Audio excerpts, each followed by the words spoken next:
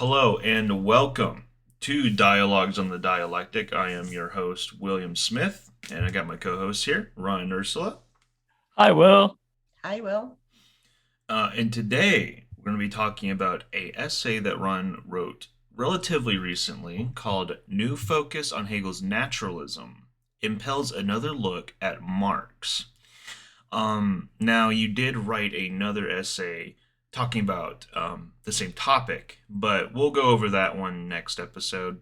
But right now, I guess what I'll do is I'll read the first sentence here.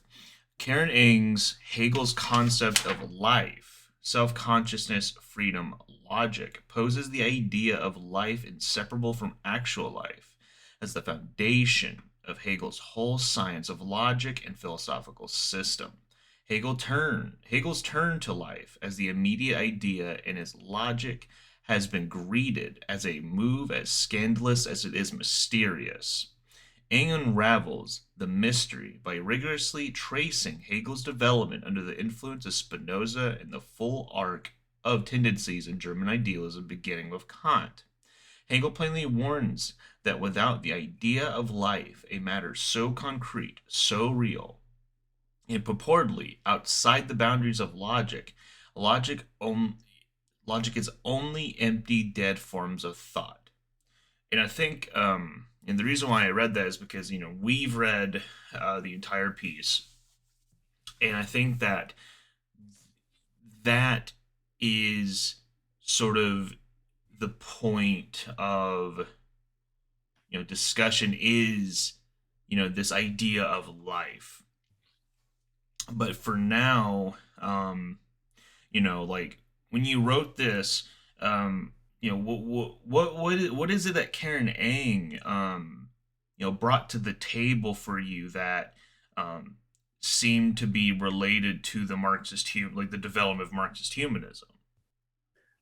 That's a really good question because what she does in going back and showing how Hegel anchors his whole philosophy in life in a kind of an abstruse and indirect way is to really highlight for me what's been missing in the discourse about Marxist Marxism, because Marx owes so much to this on the one hand, and then the other hand, he adds so much through his own discontinuity with Hegel that returning to this idea of life as freedom, Marx's original idea of freedom that has been lost in the prevailing discourse about Marxism, it's treated as a marginal moral issue instead of the central issue to Marx's Marxism and his scientific approach. Because, right in the beginning, Marx says you can't have one basis for science and another for life. And he appropriates Hegel by saying, Hegel, you have to start here. You can't extrapolate this in this obscure manner. You have to start with the immediate idea as inseparable from life and nature. And that idea of freedom is what Marx appropriates for his unity of idealism and materialism, and his concept that has been missing in the prevailing discourse. And even today, I think it's so concrete for the problems we're facing. You have all these movements for Black Lives Matter and for racial, participation in the elections. It's just basic civil rights, bourgeois democracy, bourgeois freedom, and yet all we see is misery and despair and hopelessness about the future, political hopelessness, environmental hopelessness about the economy and the drive to war and the collapse into fascism and all these things. And I think that, what's missing is the prevailing discourse has lost its way in failing to really address the idea of freedom. That's the foundation of Marxist Marxism. Yeah, and for anyone that's wondering, like, oh, how can we understand the conversation? Well, merely look at the 1844 manuscripts where Marx talks about um, let's see here. The thoroughgoing naturalism, further qualified as humanism, um, as you put it, was Karl Marx's designation for his 1844 critical recreation of Hegel's dialectic, um, and I think that you bring up a good point when you say that people just sort of look at freedom in Marx as something that it's an ethical or moral question. It's not like a foundation of Marx's whole like view of the subject. Um, and I think there's a lot to do with the category that Dunyaskaya so brilliantly brings up in her third book, the post-Marx Marxism. Um, because for so long, Marx has been seen as this guy who only pays attention to sort of the material conditions or dead labor or just nature like outside of us, and we never really um, since Marxist humanism looked at him with a totalizing philosophy. So you would expect this concept of freedom to be not taken seriously, right? Yeah, you raise a really good point because so all along Marx's trajectory, you get people who hang on and pick out one dimension or one aspect and miss the movement and development of his thought that is so rooted in these manuscripts. So from beginning to end, Marx is looking at this concept of what he calls life engendering life as free conscious activity, as a kind of a universal that is multidimensional from the start. In other words, he is talking and he's very focused on the question of labor and private property and capitalism. But right when he is at the height of talking about that, he said, look at the most fundamental relationship about when you look at the barriers within life activity and the social structures that uh, uh, confine that life activity. The most fundamental relationship is the man-woman relationship.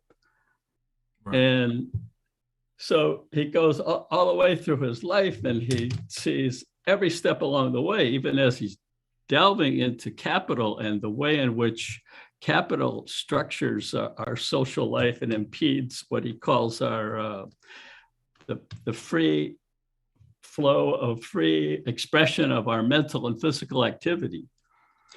He goes and he says the biggest emancipation moment of his life was the Black question in America. And this, he said, was the ground for really exploding and opening up the question of freedom within capitalism. The most important thing was, the unfolding of the abolitionist movement and the new slave revolts after the death of John Brown. And Marx just honed in on that as central.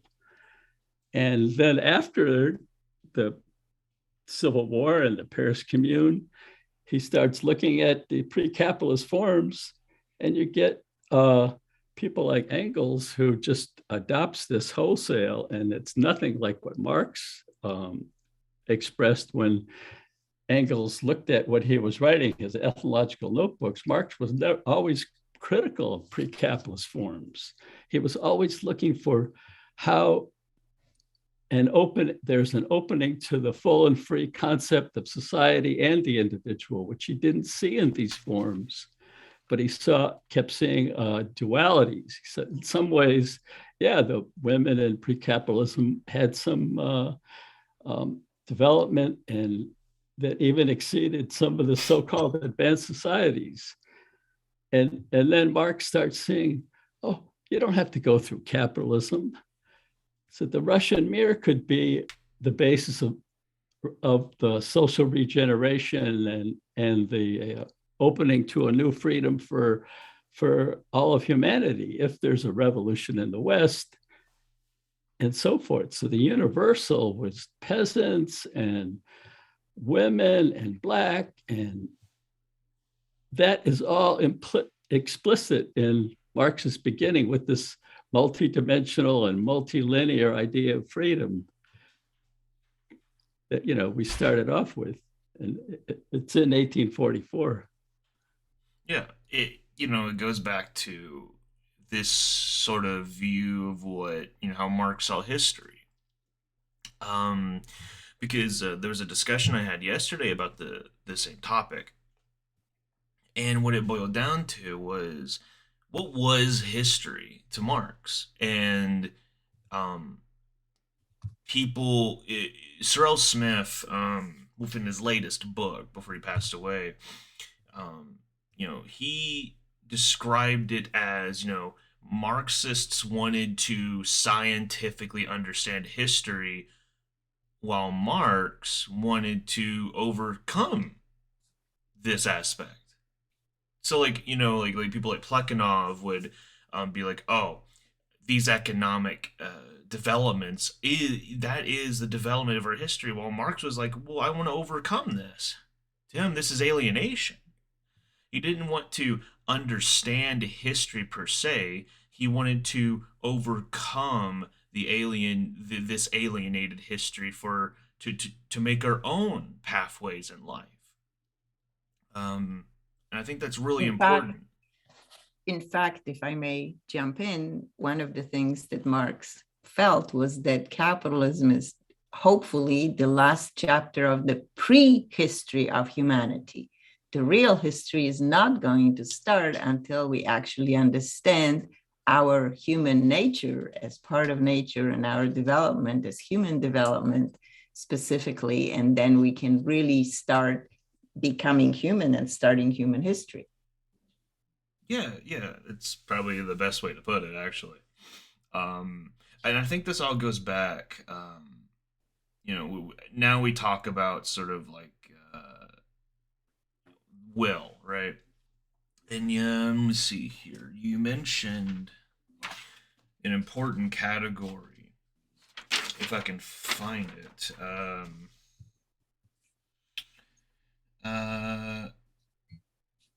Eternal purposiveness, I believe. You mean internal purposiveness? Yes. Yeah.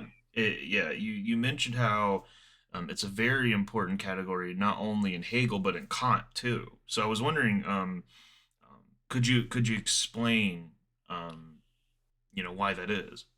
Yeah. Well, Hegel had a amazing critique of Kant and what he called determinate negation, and which is, Marxist humanists are fond of saying a revolution has to work out not just what they're against, be defined what they're against, but what they're for. So both Hegel and Marx call that negation of the negation. So there's a movement through the idea that Kant missed, and the specific negation is revolutions happen because they're barriers to freedom that drive this impulse to overcome those barriers. The civil rights movement was a specific negation, a determinate negation of segregation and Jim Crow, leading to integrated facilities and the right to vote and all these civil rights that were denied. Or in science too, all revolutions, Hegel said, in sciences or in life, are part of humanity reconnecting a closer connection with its own internal essence. In science, you have revolutions that start off with a sun-centered universe, start off with an Earth-centered universe and turn to the solar system. And that sense has been overthrown. But what overthrows it is the determinate problems that caused the human cognition to overcome those barriers. So what that had been accepted as the definition of negation and as this self-movement of the capacity of humans to keep moving forward and not get stuck in one moment. But what Karen Ngs does is take up another thread that is really important, and that's that Hegel had an unequivocal praise of Kant for his making a distinction between external and internal purposiveness. And he said with internal purposiveness, it opens the way to the idea as life. And that's what she anchors much of the book on, and which is the reconnection to Marx and how Marx takes and runs with that. In other words, a living being doesn't just relate to the outside as something external, but the outside in both Hegel and Marx is the living being's inorganic self. It presupposes what's outside of itself as part of its own self-actualizing realization of what it is as a universal of its kind. Like even animals, they are this way. But humans, in their becoming one of their kind, they certainly have an animal foundation, which capitalism and these inferior forms of social life accentuate. But the specifically human dimension is that humans can make an object out of their own life activity and freely determine it. So that universal is what Marx hangs everything on and embellishes in a whole body of thought and revolution. It should begin with the idea humans can make an object out of their own life activity and freely determine it. And it's not that there aren't external barriers. There aren't ways in which nature impinges on that self-realization. But the whole point is the whole internal purposiveness of what it means to be human is to confront that contradiction and to always engage in this self-fulfillment of what it fully means to be human, and to try to realize that freedom. And the thing that Marx says that's so important to underscore that has been lost in a lot of the post-Marx Marxist discourse is this universal never directly merges with any given stage of nature or social development. In other words, it's something that is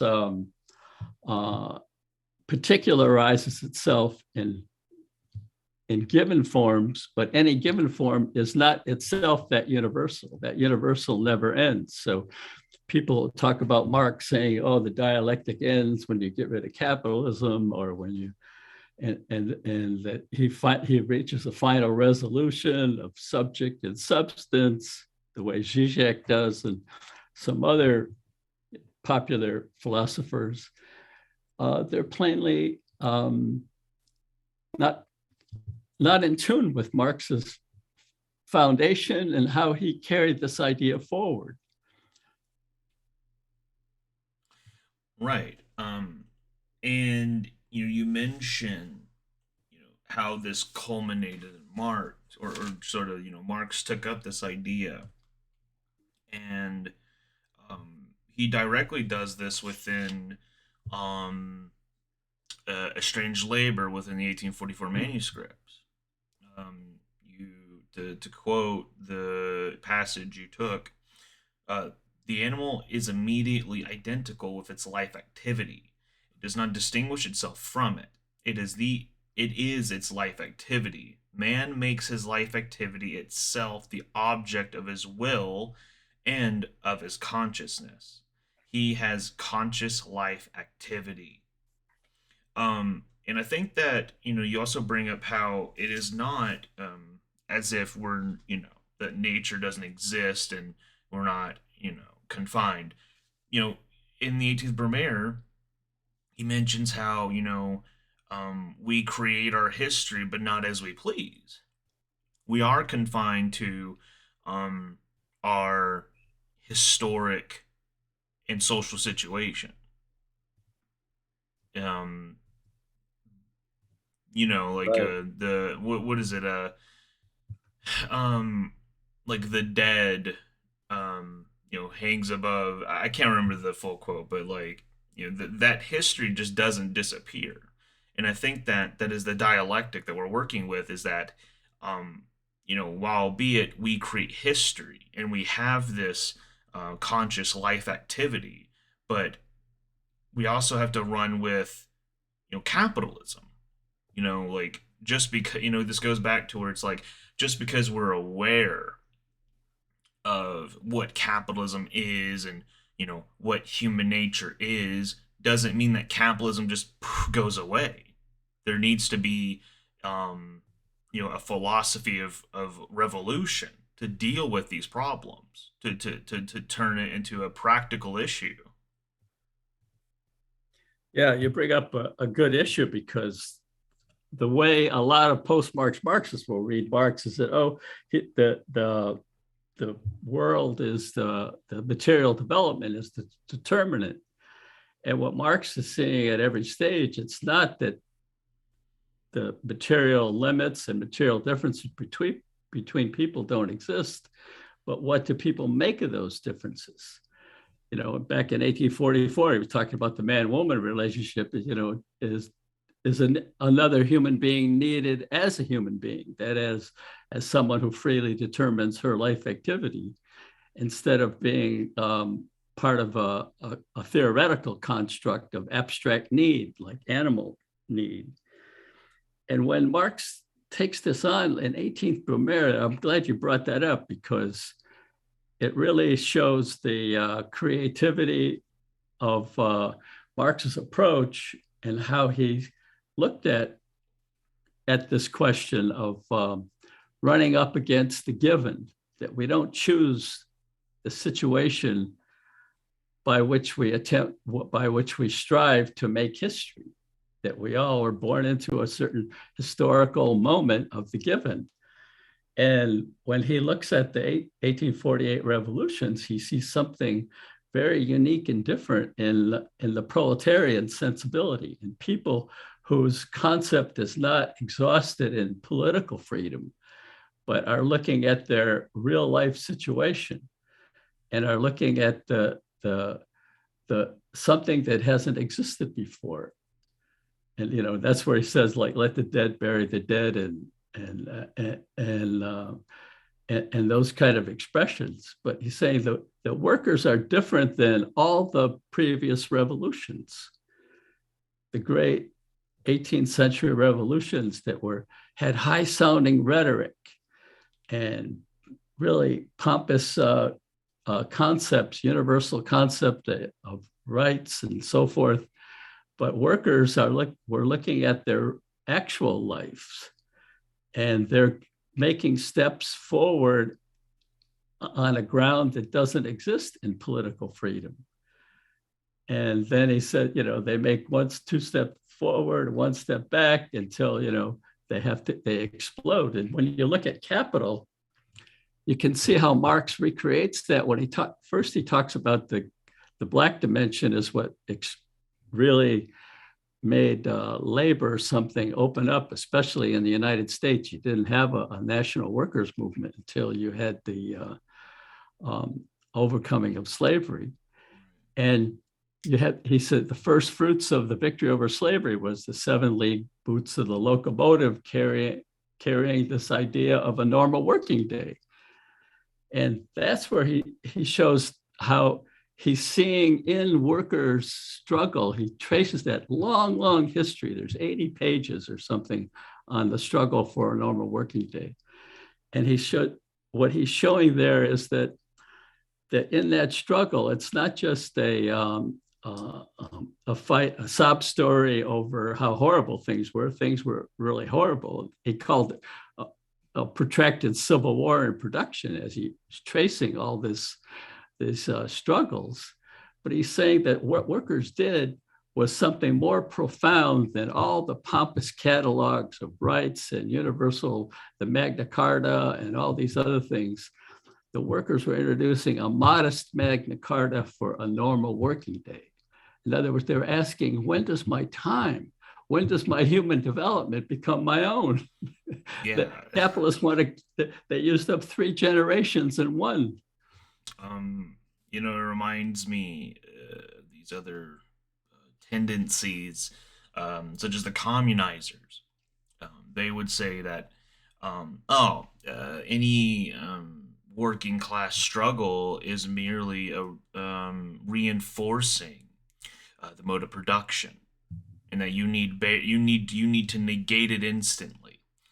I think that just shows how little they understand um, the dialectic.